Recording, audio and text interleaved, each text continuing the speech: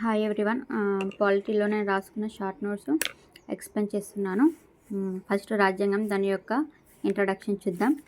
మనకు రాజ్యాంగం యొక్క మూల పురుషుడు ఎవరంటే అరిస్టాటిల్. ఇతను 158 రాజ్యాలను, ప్రభుత్వాలను పరిశీలించిన తర్వాత ఈ రాజ్యాంగాన్ని కనుక్కున్నాడు అనమాట.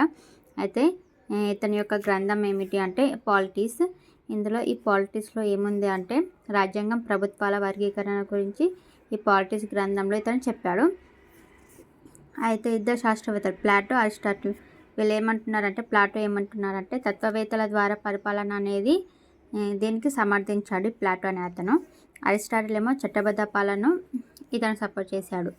వీళ్ళిద్దరూ డిఫరెంట్గా ఇది తత్వవేత్తల ద్వారా పరిపాలన బాగుంటుంది అని ప్లాటో చెప్పాడనమాట. అరిస్టాటిల్ ఏమో చట్టబద్ధ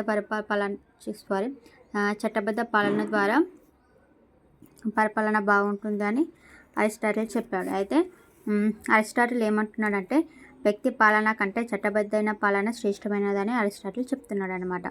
అయితే ఇప్పుడు అసలు రాజ్యాంగం అంటే ఏంటి అనేది ముగ్గురు శాస్త్రవేత్తలు చెప్పారనమాట.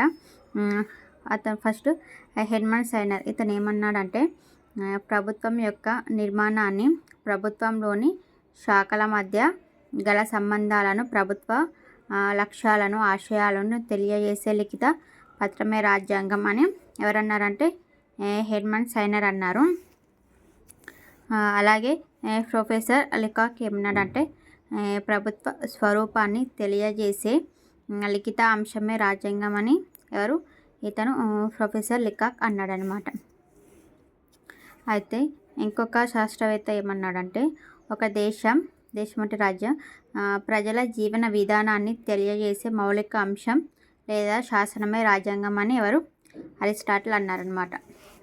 ఇది పాలిటీ యొక్క బ్యాక్గ్రౌండ్.